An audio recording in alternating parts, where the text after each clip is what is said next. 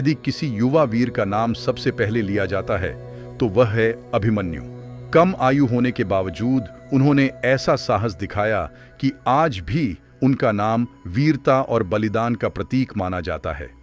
अभिमन्यु अर्जुन और सुभद्रा के पुत्र थे। वे भगवान श्री कृष्ण के भांजे भी थे। उनके जन्म से पहले एक दिन अर्जुन सुभद्रा को चक्रव्यूह तोड़ने की विधि बता रहे थे। गर्भ में पल रहे अभिमन्यु ध्यान से सब सुन रहे थे।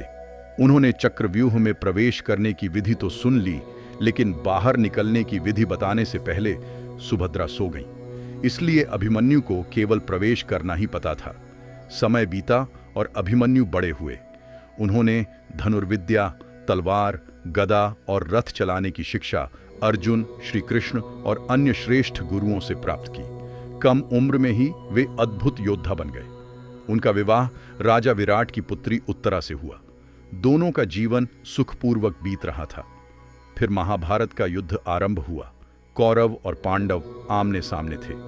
युद्ध के 13वें दिन गुरु द्रोणाचार्य ने चक्रव्यूह की रचना की। उस दिन अर्जुन को दूसरी दिशा में युद्ध में उलझा दिया गया था। पांडवों के सामने बड़ी समस्या खड़ी हो गई। युधिष्ठिर ने अभिमन्यु से पूछा, क्या तुम चक्रव्यूह तोड़ सकते हो? अभिमन्यु ने विनम्रता से उत्तर दिया, मुझे इसमें प्रवेश करना आता है, लेकिन बाहर निकलना नहीं आता। यदि आप सब मेरे पीछे पीछे आएंगे तो हम विजय प्राप्त करेंगे। भीम, नकुल, सहदेव और युधिष्ठिर उनके पीछे चल पड़े, लेकिन जयद्रथ ने उन्हें रोक दिया। इस कारण अभिमन्यु अकेले ही चक्रव्यूह के भीतर पहुंच गए। अंदर पहुंचते ही अभिमन्यु ने अपने अद्भुत पराक्रम से कौरव सेना में हलचल मचा दी। उन्होंने अनेक महारथियों का सामना किया। उनके बाणों से बड़े बड़े योद्धा भी विचलित हो गए। दुर्योधन का पुत्र लक्ष्मण भी युद्ध में मारा गया। इससे कौरव सेना क्रोधित हो उठी। द्रोणाचार्य, कर्ण, कृपाचार्य, अश्वत्थामा, कृतवर्मा और दुर्योधन जैसे कई महारथियों ने मिलकर अभिमन्यु को घेर लिया। युद्ध के नियमों के अनुसार एक योद्धा पर एक साथ कई योद्धाओं का आक्रमण करना उचित नहीं था, लेकिन उन्होंने नियमों का पालन नहीं किया। सबसे पहले अभिमन्यु का धनुष काट दिया गया। उन्होंने तुरंत तलवार और ढाल उठा ली। तलवार भी टूट गई। फिर उन्होंने गदा उठाई और कई योद्धाओं को परास्त किया। अंत में उनकी गदा भी छूट गई।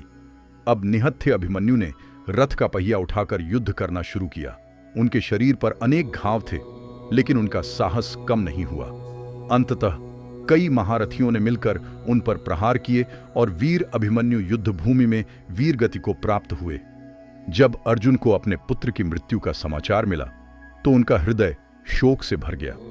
उन्होंने प्रतिज्ञा की, यदि मैं कल सूर्यास्त से पहले जयद्रथ का वध नहीं कर पाया तो अग्नि में प्रवेश कर अपने प्राण त्याग दूंगा। अगले दिन श्री कृष्ण की सहायता से अर्जुन ने अपनी प्रतिज्ञा पूरी की और जयद्रथ का वध कर दिया। अभिमन्यु के बलिदान ने पूरी पांडव सेना को नई शक्ति और प्रेरणा दी। बाद में उत्तरा ने एक पुत्र को जन्म दिया जिसका नाम परीक्षित रखा गया। आगे चलकर परीक्षित ही हस्तिनापुर के राजा बने और कुरुवंश को आगे बढ़ाया।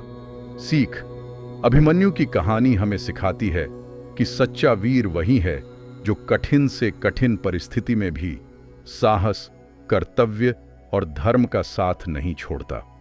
उनका बलिदान सदियों से प्रेरणा का स्रोत है और हमेशा रहेगा।